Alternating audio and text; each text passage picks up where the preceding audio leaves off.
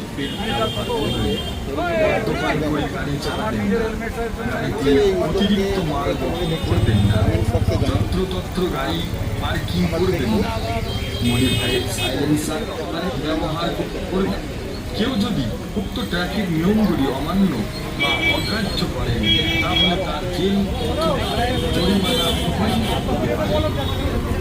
নমস্কার, এত দ্বারা বোলপুর সাব ট্রাফিক গার্ড এবং বীরভূম জেলা পুলিশের পক্ষ থেকে সকল জনসাধারণকে জানানো যাচ্ছে যে পথ নিরাপত্তা সুনিশ্চিত করতে সমস্ত ট্রাফিক আইন মেনে চলবেন।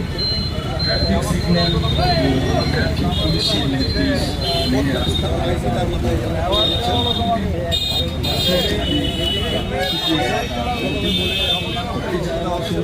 আগামী দিনে দেখা যায় সেক্ষেত্রে কিন্তু জরিমানা করা হবে এমনটাই তারা জানাচ্ছেন।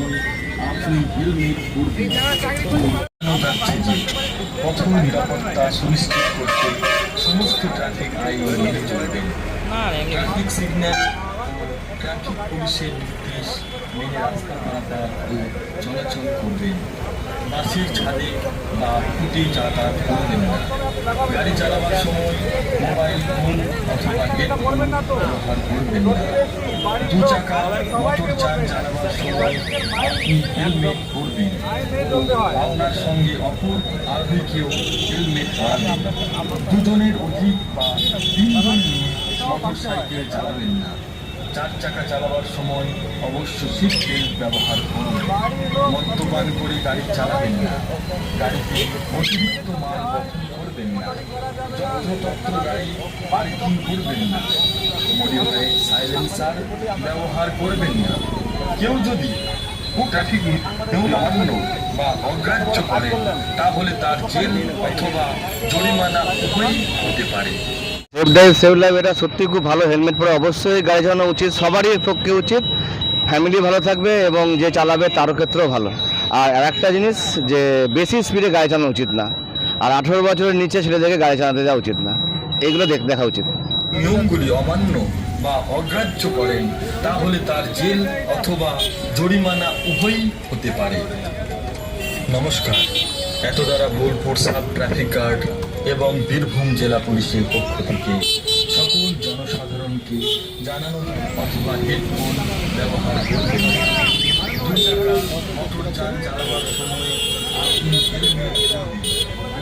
আপনার সঙ্গে অপর আরোহীকেও হেলমেট পরাবেন। দুজনের অধিক বা তিনজন মিলে মোটর সাইকেল চালাবেন না। চার